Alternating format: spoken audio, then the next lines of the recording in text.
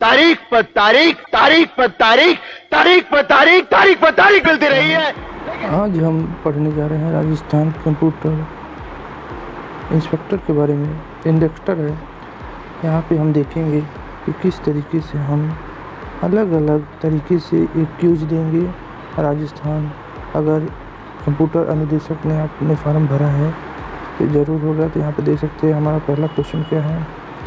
पहला क्वेश्चन है, और अभी तक आपने हमारे चैनल को सब्सक्राइब नहीं किया तो सब्सक्राइब कर सकते हैं। यहाँ पे देख सकते हैं बीकानेर और बागरी बोली राजस्थान की निम्नलिखित में से किस भाषा के अंतर्गत आती है। पहला पश्चिमी राजस्थानी, बीकानेरी और बागरी बोली।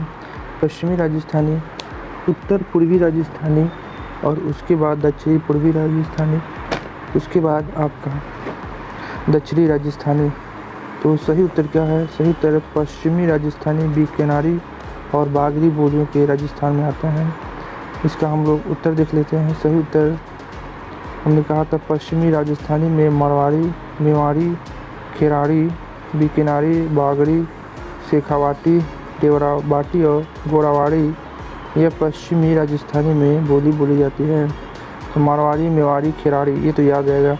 फिर उसके बाद बागड़ी भी याद रहेगा और आपको देवड़ा भी याद रहेगा क्योंकि सब में अड़ा जो आता है पश्चिमी राजस्थानी बोला जाता है। ये बीकानेरी और शेखावटी और बाटी और गोरवाड़ी ये आपको थोड़ा याद करना पड़ेगा। और ऐसे हम बता दें कि कौन कौन सी जैसे पश्चिमी उत्तर में क्या बोली जाती है। ये क्वेश्चन बहुत आ सकता है। जैसे पश्चिमी राजस्थान में मारवाड़ी, मेवाड़ी, खेराड़ी, बीकानेरी, बागरी, शेखावती, देवराबाटी और गोरावाटी यह बोली जाती है पश्चिमी। और उत्तर पूर्वी राजस्थानी में जैसे हमारा राजस्थान है और तो उत्तर पूर्वी राजस्थान में क्या बोला जाता है। तो उत्तर पूर्वी राजस्थान में हमारा अहिरवाटी, मेवाटी। तो अहिरवाटी और उत्तर पूर्वी में जो पूरब का है उत्तर प्रदेश की ओर वहाँ पे अहिरवाटी और मेवाटी बोला जाता है। और मध्य पूर्वी राजस्थान में बीचों बीच में क्या होता है ढूढ़ाड़ी, टोरावटी, काठेरी, अजमेरी, नागर, चोल और हारोटी बोली जाती है। उसके बाद दक्षिणी पूर्वी राजस्थान में रागड़ी, मालवी, सेथवारी और दक्षिणी राजस्थानी में निमाड़ी और भीली भाषा बोली जाती है। ये सब भाषा आप याद कर लें, बहुत ही ज़रूरी है क्योंकि हर पेपर में पूछा जाता है। इम्पोर्टेंट क्वेश्चन है, एकदम याद कर लीजिए इसको। फिर उसके बाद बढ़ते हैं अगले क्वेश्चन की ओर। अगला क्वेश्चन है कि हमारा निम्नलिखित में से कौन सा पोशाक राजस्थान की महिलाओं द्वारा उपयोग की जाती है। चुदरी, लहंगा और लहरिया के उपयुक्त सभी। तो सही उत्तर है उपयुक्त सभी। चुदरी भी, लहंगा भी, लहरिया भी ये सब पोशाक पहनती राजस्थानी महिला। उसके बाद राजस्थानी जो महिलाएं हैं चुदरी और लहरिया साड़ी पहनती हैं। लहरिया राजस्थान की लोक कला से संबंधित है। यह मुख्य रूप से मेवाड़ में तैयार की जाती है। नीले रंग की लहरिया मेवाड़ राज परिवार की निशानी है। सावन के महीने में जो सावन का महीना होता है हरा लहरिया पहनकर शुभ माना जाता है। प्रारंभिक मध्ययुग काल के दौरान महिलाओं ने लहंगा का उपयोग किया था जो अब घाघरा के रूप में प्रसिद्ध है। राजस्थान में महिलाओं की परिधान में साड़ी, ओढ़नी, लहंगा, कांची और चोली शामिल होती है। हमारा अगला क्वेश्चन है कि टोक्यो ओलंपिक में 2021 में भाला फेंक में रजत किसने जीता था। तो भाला फेंक में तो गोल्ड सबको मालूम है, मगर रजत कौन जीता था। देवरिया झाझड़िया, सुमित अंतर, सुंदर सिंह गुज्जर, योगेश पथुनिया। सही उत्तर है देवेंश झाझड़िया ने 2021 में भाला फेंक में रजत जीता था। उसके बाद यहाँ पे देख सकते हैं भारत के देवेंश झाझड़िया ने टोक्यो पैरालंपिक में पुरुष की भाला फेंक F46 फाइनल स्पर्श में 64.35 के अपने सर्वश्रेष्ठ थ्रो के साथ रजत पर जीता, जबकि सुंदर सिंह गुज्जर ने इसी स्पर्धा में 64.01 के अपने सर्वश्रेष्ठ थ्रो के साथ कांस्य पदक जीता है। तो देख सकते हैं देवेंद्र ने क्या जीता है, झाझड़िया ने भाला फेंक में रजत और सुंदर सिंह गुज्जर ने क्या जीता है कांस्य पदक। और देवेंद्र झाझड़िया ने पैरा ओलंपिक, ठीक है, पैरा ओलंपिक में अपना तीसरा पदक जीतकर इतिहास रच दिया है। उन्होंने 2004 में एथेंस F44 और 46 में, फिर 2016 रियो F46 में स्वर्ण पदक जीता था। ये भी याद रखिएगा किसने 2004 में, फिर 16 में। देवेंद्र झझरिया का जन्म 1981 में हुआ था और वो राजस्थान के चूरू जिले में रहने वाले हैं। उन्होंने अपने 8 साल की उम्र में भाला फेंक उठा, जबकि एक पैर पर चढ़ते समय बिजली का तार होता है संपर्क में आने के बाद उनका बायां हाथ कट गया था। देख सकते हैं यहाँ पे इनका बायां हाथ आपको दिखा रहे हैं, देख सकते हैं कि देखिए पैरा ओलंपिक माने जो किसी तरीके से क्या होता है उनका पैरालाइज होते हैं, कोई हाथ नहीं रहता, पैर नहीं रहता, ठीक है। तो इस तरीके से देख सकते हैं इनका हाथ भी नहीं है और ये बिजली के तार के संपर्क में आने के बाद उनका बायां हाथ कट गया था। तो ये पैरा ओलंपिक है, एक ओलंपिक होता है उसमें, तो सब नहीं जानते सब कुछ किसने जीता था। कमेंट करके बताइए किसने ओलंपिक में स्वर्ण पदक जीता था, उसका नाम बताइए भाला फेंक में भारत की तरफ से स्वर्ण पदक जीतने वाला, ठीक है। उसके बाद F कमेंट करके बताइए, देखिए कितने लोगों को मालूम है। F64 श्रेणी में विश्व नंबर 1 भाला फेंकने वाले सुमित अंतिल ने टोक्यो पैरा ओलंपिक में भारत का दूसरा और एथलेटिक्स में पहला स्वर्ण पदक जीता है। योगेश कुथनिया ने टोक्यो पैरा ओलंपिक में डिस्कस थ्रो F56 में जहां प्रतिभागी बैठने की स्थिति में फेंकते हैं रजत पदक जीता है। योगेश कुथनिया ने भी F56 में प्रतिभागी बैठने की स्थिति में बैठ के फेंकते हैं भाला, ठीक है। इस तरीके से उन्होंने पैरा ओलंपिक जीता है, बहुत ज़्यादा ये पूछा जाता है। हमारा अगला क्वेश्चन है कि कत्यूरी शासक का राजभाषा क्या है? कमायूनी, हिंदी, संस्कृत या गढ़वाली? सही उत्तर क्या है? संस्कृति। और इसका आप देखते हैं कि सही उत्तर व्याख्या, जो कटियोरी शासकों की राजभाषा संस्कृत थी। संस्कृत बहुत कठिन भाषा है। केमायूनी को इंडो आर्य भाषा, जो उत्तर भारत में उत्तराखंड राज्य में केमाऊ क्षेत्र के 2 मिलियन से अधिक लोगों द्वारा बोली जाती है। यह केंद्रीय पहाड़ी समूह बनाने वाली 2 भाषाओं पड़ोसी गढ़वाली के सबसे निकट से संबंधित है। गढ़वाली केंद्रीय पहाड़ी उपसमूह की एक इंडो आर्यन भाषा है। यह मुख्य रूप से भारतीय हिमालय में उत्तर भारतीय राज्य उत्तराखंड के गढ़वाली क्षेत्र में 2.5 मिलियन से अधिक गढ़वाली लोग द्वारा बोली जाती है।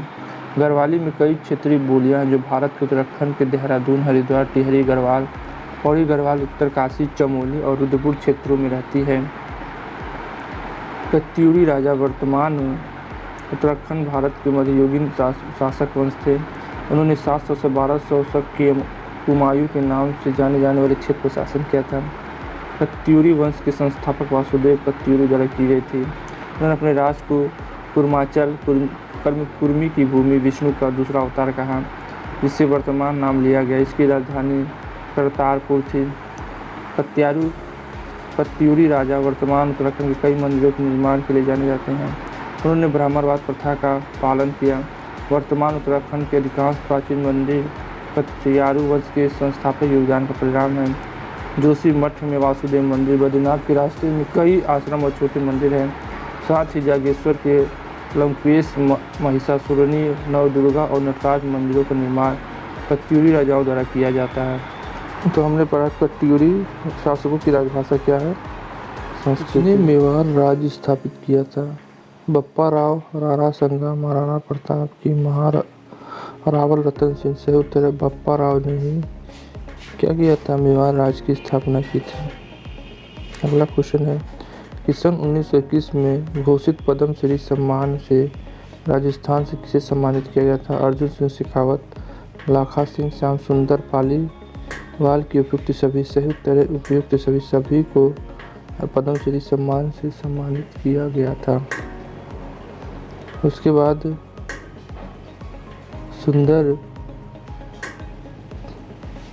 सुंदर कांटी जोशी पुरस्कार किस क्षेत्र से संबंधित है? संगीत, क्रिकेट, नृत्य, कबड्डी। सुंदर कांटी जोशी क्रिकेट से संबंधित है। उसके बाद हमारा अगला क्वेश्चन है कि राजस्थान सरकार की पालनहार योजना किससे जुड़ी है?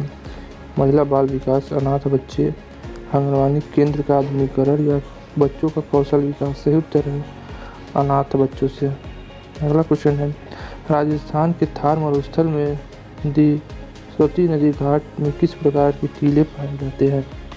बताइए। अनुदैर्ध्य टीले, बरचन टीले, परवलयक टीले या बालू के टीले। सही उत्तर क्या है? बालू के टीले। अगला क्वेश्चन है, निम्नलिखित में ने राजस्थान के निम्नलिखित में से कौन से जिले अंतर्राष्ट्रीय सीमा पर स्थित हैं? गंगापुर, भरतपुर, जैसलमेर, जालौन, या बाड़मेर, बीकानेर, जोधपुर या जालौन, या बीकानेर, गंगापुर, जैसलमेर और बाड़मेर। तो सही उत्तर क्या है? बीकानेर, गंगानगर, जैसलमेर और बाड़मेर। कि जालौन, जैसलमेर, बाड़मेर और बीकानेर सही उत्तर हमारा तीसरा है। तो यहाँ पे हम देख सकते हैं नक्शे में, तो इस नक्शे में आपको दिखाई देगा कि बीकानेर, यहाँ पे देख सकते हैं एक ये राज्य है, बीकानेर है, गंगानगर है और जैसलमेर है, बाड़मेर है। ज़िले किससे लगे हैं? पाकिस्तान से अंतर्राष्ट्रीय सीमा बनाते हैं। यहाँ पे देख सकते हैं गंगानगर यहाँ पे है, जैसलमेर यहाँ पे है, बीकानेर यहाँ पे है और बाड़मेर यहाँ पे है। तो ये सब क्या है? हमारे पाकिस्तान सीमा से सटे हुए हैं। ठीक है, ऊपर गंगानगर, बीकानेर, जैसलमेर और बाड़मेर है। तो ये सब हमारे पाकिस्तान से अंतर्राष्ट्रीय सीमा पे बनाते हैं। और ये इधर से राजस्थान, हरियाणा है, इधर से मध्य प्रदेश है, इधर से गुजरात है और इधर से देख सकते हैं उत्तर प्रदेश है। ठीक है, हमारा अगला क्वेश्चन क्या है?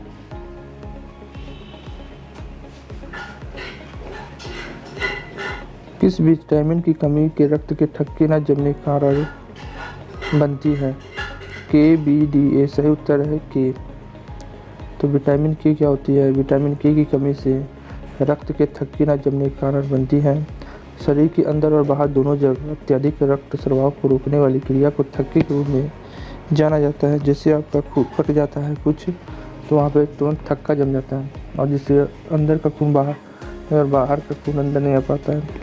विटामिन के रक्त के थक्के जमने में महत्वपूर्ण भूमिका निभाती है। विटामिन के आमतौर पर दो प्रकार की होती है। विटामिन के1 जो हमारे भोजन से आता है, विशेष रूप से पत्तेदार सब्जियां, और विटामिन के2 जो हमारे शरीर द्वारा निर्मित होता है। रक्त के थक्के का पता लगाने के लिए विटामिन के की कमी की जांच करने के लिए टेस्ट पैथोबिन टाइप पीटी किया जाता है। और हमारे शरीर में विटामिन बी की कमी के कारण एक प्रकार का एनीमिया होता है जिसे मेगालोब्लास्टिक एनीमिया, घातक रक्त अल्प कहा जाता है। विटामिन डी की कमी से हमारे शरीर में हड्डियों में घनत्व कम हो जाता है और ये रिकेटस का कारण बन जाता है। बहुत जल्दी हड्डियाँ टूटने लगती हैं। कहीं से विटामिन ए की कमी से रतौंधी, सूजन वाली त्वचा और स्वास्थ्य संबंधी संक्रमण होते हैं। तो हमारा अगला क्वेश्चन क्या है? यहाँ पे देख सकते हैं सूची 1 और सूची 2 को मिलान करना है। और यहाँ पे देखते हैं सहरिया, गरसिया, डामोर और मीरा ये कहाँ पे रहते हैं। ठीक है, तो पहला है डूंगरपुर, यहाँ देखिए डूंगरपुर, बांसवाड़ा। तो सी का तो पहले ही आपको मिल गया कि डामोर, डूंगरपुर, बांसवाड़ा हो गया। और उसके बाद उदयपुर, सहोरिया, बारा, कोटा, जयपुर, डोसा। तो क्या होगा बताइए? सहरिया हो गया, बारा कोटा हो गया और मीरा का क्या होगा? मीरा का होगा जयपुर ही और सहरिया का डूमर, बी का उदयपुर और सहोरिया ही होगा। तो इस तरीके से आप मिला सकते हैं, मिलान कर सकते हैं। चलिए इसमें कुछ बता देते हैं कि क्या क्या किस्में हैं। सहरिया ये मध्य प्रदेश के 7 जिलों में फैले हुए हैं। ये राजस्थान के बारा और कोटा में पाए जाते हैं। कोटा जहाँ तैयारी होता है। उन्हें विशेष रूप से कमज़ोर आदिवासी समूह के रूप में वर्गीकृत किया गया है। वे प्रमुख गांवों के बाहर सहरना नामक क्षेत्र के घरों में समूह में रहते हैं। वे हिंदू धार्मिक प्रथाओं का पालन करते हैं और हथौटी के प्रभाव से बोली होती है।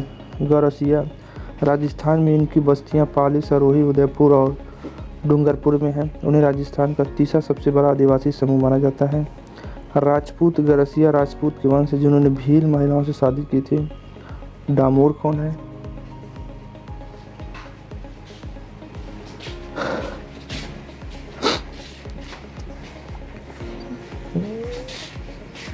अरे यार ये घरों में कितना मच्छर बने यार। उधर कितना गर्मी है। नरक है साला एकदम। अरे कि कम हो, अरे ठंडा रहता है।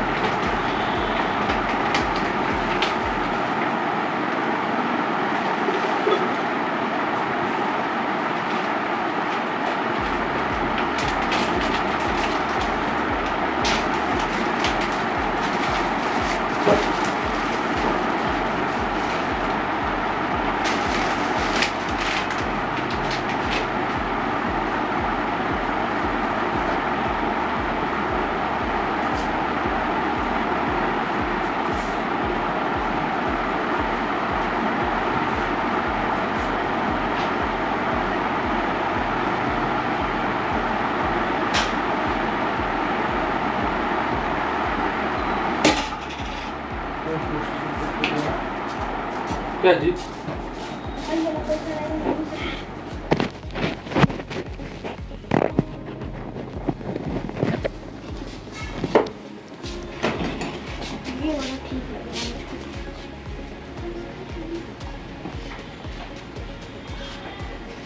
कहाँ से?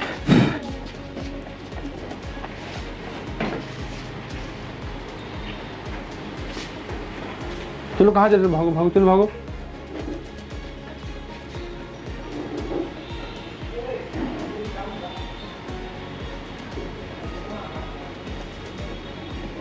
अगला है डामोर। यह भील जनजाति का एक वर्ग मानते हैं। यह मुख्य रूप से किसानों और उनसे जमींदारों बटाईदार दोनों शामिल होते हैं। ये ज़्यादातर डूंगरपुर और बांसवाड़ा में बसे हैं। मीरा यह जनजाति मत्स्य अवतार के वंशज होने का दावा करते हैं। ये ज़्यादातर जयपुर के पास आबादी करते हैं। जनजाति के विभिन्न उपसमुदाय जैसे हेमा, बमना, डामोर और अहरारी में विभाजित किया। निम्नलिखित में से कौन सा राजस्थान के एक महत्वपूर्ण खनिज आधारित उद्योग नहीं है? तो बताइए। जस्ता है, सीमेंट, इलेक्ट्रॉनिक उद्योग, संगमरमर। खनिज आधारित संगमरमर तो हो सकता है, सीमेंट भी हो सकता है। तो सही उत्तर क्या होगा बताइए? सही उत्तर होगा इलेक्ट्रॉनिक उद्योग है, वह राजस्थान का प्रमुख खनिज आधारित उद्योग नहीं है। तो सही यहाँ पे देख सकते हैं कि इलेक्ट्रॉनिक उद्योग राजस्थान में नहीं है। राजस्थान के प्रमुख खनिज आधारित उद्योग है जस्ता, सीमेंट और संगमरमर। और उद्योग क्षमता धातु और गैर धातु औद्योगिक खनिजों की एक विशाल विविधता का उपलब्ध को देखते हुए राजस्थान में खनिज आधारित उद्योगों की एक बड़ी क्षमता है। इसके अलावा राज्य में अच्छी तरह से विकसित परिवहन, संचार और बिजली बुनियादी अवसंरचना भी उपलब्ध है। यहाँ पे देख सकते हैं कि सबसे अधिक उद्योग कौन लगे हैं। सीमेंट संयंत्र बड़े 23 लगे हैं। तांबा प्रगलन उद्योग 1 है। उर्वरक सिंगल सुपर फास्फेट यूरिया 8 है। और चमकीले टाइल्स और सिरेमिक 4 है। और उष्मरोधी LTHT क्या है 1 है। शीशा जस्ता सज्जीकरण संयंत्र 3 है। और सिरेमिक सैनिटरी वेयर कितना है 6 है। सल्फ्यूरिक अम्ल 3 है। सुपर जिंक प्रगलन उद्योग 1 है। शीशा जस्ता प्रगलन उद्योग 1 है। जस्ता प्रगलन उद्योग 1 है। क्वार्टर फेल्सपार प्रेशर और चूड़ीकरण इकाई कितनी है 300 है। आयरन गुट्टीकरण संयंत्र 10 है। पेट्रोलियम उत्पाद 2 है। लिग्नाइट कोयला विद्युत संयंत्र 11 है। और यहाँ पे देख सकते हैं मार्बल और ग्रेनाइट कर्टन घर्षण इकाई 2300 गैस 7000 टाइल्स इकाइयाँ यहाँ पे हैं। बताइए देख सकते हैं कितनी ज़्यादा है। बढ़ते अगले क्वेश्चन की ओर। हमारा अगला क्वेश्चन है कि राजस्थान के किस क्षेत्र में मिट्टी का एंटीसोल समूह है। दक्षिण से पूर्व, दक्षिण भाग, पश्चिम भाग या पूर्व हिस्सी भाग। बताइए सही उत्तर क्या होगा। तो सही उत्तर हमारा है पश्चिमी भाग। पश्चिमी भाग राजस्थान की मिट्टी का एंटीसोल समूह है पश्चिमी भाग। यहाँ पे देख सकते हैं पश्चिमी भाग पे राजस्थान में पश्चिमी भाग मिट्टी का एंटीसोल समूह है। एंटीसोल में अच्छी तरह से विकसित क्षितिज का अभाव है और न्यूनतम प्रोफाइल विकास है। जिले कौन है एंटीसोल राज्य की प्रमुख मिट्टी है। पश्चिम आधे हिस्से के सभी जिले इन मृदाओं द्वारा किसी न किसी या बड़े हिस्से में शामिल है। राजस्थान के महत्वपूर्ण उप समूह सोनामेटस, ऑडिटस और फ्लोवेट है। अगला क्वेश्चन है कि राजस्थान में माही नदी निम्नलिखित जिलों में से किसकी सीमा बनाती है। बांसवाड़ा प्रतापगढ़, प्रतापगढ़ डूंगरपुर, डूंगरपुर बांसवाड़ा या डूंगरपुर उदयपुर। तो सही उत्तर क्या होगा इसका बताइए। सही उत्तर होगा इसका डूंगरपुर बांसवाड़ा। माही नदी सीमा बनाती है डूंगरपुर और बांसवाड़ा का। यहाँ पे देख सकते हैं कि माही की कुल लंबाई कितनी है 583 है। भोपा के 500 मीटर ऊंचाई के विंध्य से उत्तरी ढलानों से माही कांता पहाड़ियाँ निकलती हैं। यह राजस्थान के बांसवाड़ा जिले में प्रवेश करती है और बांसवाड़ा और डूंगरपुर के बीच सीमा बनाती है। माही नदी सहायक नदी सोम, अनंस और पेनम है। माही एकमात्र ऐसी नदी जो 2 बार कर्क रेखा को पार करती है। जो कर्क रेखा है उसको 2 बार यह माही नदी पार करती है, याद रखिएगा। हमारा अगला क्वेश्चन है राजस्थान के विधानसभा के पहले उपाध्यक्ष कौन थे। निर्जन नाथ आचार्य, लाल सिंह शक्तिवत या नारायण सिंह मसूदा या पूनम चंद्र विश्रोई। तो बताइए सही उत्तर क्या होगा। राजस्थान विधानसभा के पहले उपाध्यक्ष कौन थे। निर्जन नाथ आचार्य, लाल सिंह शक्तिवत और नारायण सिंह मसूदा और पूनम चंद्र विश्रोई। सही उत्तर बताइए क्या होगा। तो सही उत्तर है हमारा लाल सिंह शक्तिवत क्या थे राजस्थान विधानसभा के पहले उपाध्यक्ष थे। यहाँ पे अनुच्छेद आपको 178 के किसी राज्य के विधानसभा के उपाध्यक्ष के लिए तदनुरूपी पद शामिल है। लोकसभा अध्यक्ष का चुनाव होने के ठीक बाद उपाध्यक्ष का चुनाव अपने सदस्यों में से लोकसभा द्वारा चुना जाता है। उपाध्यक्ष के चुनाव की तिथि अध्यक्ष द्वारा निर्धारित की जाती है। एक बार निर्वाचित होने के बाद उपाध्यक्ष आमतौर पर सदन के विघटन तक अपने पद पर बने रहते हैं। वक्ता का पद कोई बहुत बड़ी शक्ति नहीं होता है, लेकिन ये निश्चित रूप से गरिमा और प्रतिष्ठा का होता है। अध्यक्ष की एक महत्वपूर्ण जिम्मेदारी यह देखना है कि विपक्ष को सरकार की आलोचना करने के लिए पर्याप्त अवसर मिले। राजस्थान विधानसभा के वर्तमान अध्यक्ष CP जोशी हैं। हमारा अगला क्वेश्चन क्या है राजस्थान की सबसे बड़े जलग्रह क्षेत्र वाली नदी कौन सी है। लूनी नदी है, साबरमती, माही है कि बनारस है। जलग्रह सबसे ज़्यादा जलग्रहण करती हैं, सबसे ज़्यादा इसमें जल होती है लूनी, साबरमती, माही, बनास। तो सही उत्तर बताइए क्या होगा। तो सही उत्तर है हमारा बनास सबसे अधिक जल ग्रहण करती है। राजस्थान की सबसे बड़ी जल ग्रहण करने वाली नदी है बनास नदी। बनास नदी के बारे में कुछ जान लेते हैं। बनास नदी जो पूरी तरह से पश्चिम भारत के राजस्थान राज्य में स्थित है। ये चंबल नदी की एक सहायक नदी जो खुद यमुना की सहायक नदी है, जो गंगा में विलीन हो जाती है। बनास की लंबाई 512 किलोमीटर है। स्रोत क्या है, अरावली रेंज है और चंबल से निकलती है। शहर क्या है, राज्य समंद जिले के कुंभलगढ़, मेवाड़, सवाई माधोपुर और रामेश्वर गांव के पास चंबल है। तो ये सब बहुत बड़ी बड़ी नदियां हैं और सबसे अधिक जल ग्रहण करती है बनास। अगला क्वेश्चन क्या है, निम्नलिखित में से कौन सा एक गुणसूत्री विकार है? तो क्या है, डाउन सिंड्रोम है, हेमोफीलिया है, रक्त की लाल कोशिकाओं की कमी है, पुष्टि तंतु शोध है। सही उत्तर बताइए। तो सही उत्तर क्या होगा? सही उत्तर होगा डाउन सिंड्रोम है, एक गुणसूत्री विकार होता है। इसमें क्या है, सिंड्रोम एक गुणसूत्री विकार है। डाउन सिंड्रोम को ट्राइसॉमी 21 के रूप में जाना जाता है।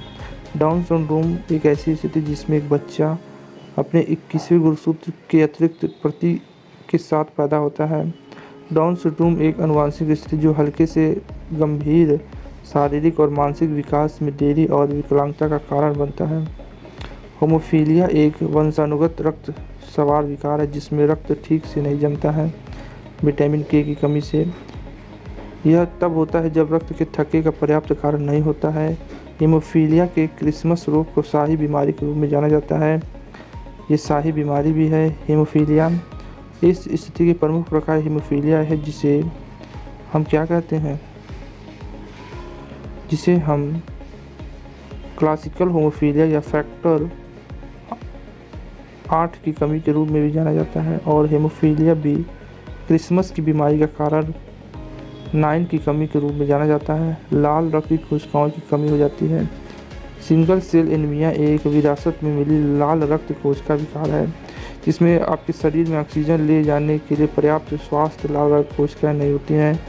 आमतौर पर आरबीसी डिस्क के आकार के होते हैं जो उन्हें सबसे छोटे रक्त वाहिनियों के माध्यम से यात्रा करने की सुविधा देते हैं। सिकल सेल एनीमिया में आरबीसी दरांती या वर्धमान चंद्रमा के आकार का होता है। यह उन्हें चिपचिपा और कठोर बनाता है और छोटी वायु कोशिका में फंसने का खतरा होता है जो रक्त को शरीर के विभिन्न हिस्सों तक पहुंचाने से रोकता है। इससे दर्द और उत्तक क्षति हो जाती है। पुतीत तंतुशोध। पुतीत तंतुशोध एक गंभीर वंशानुगत बीमारी या तारीख, अगर आप उन्हें इंसाफ नहीं दे सकते तो बंद कीजिए।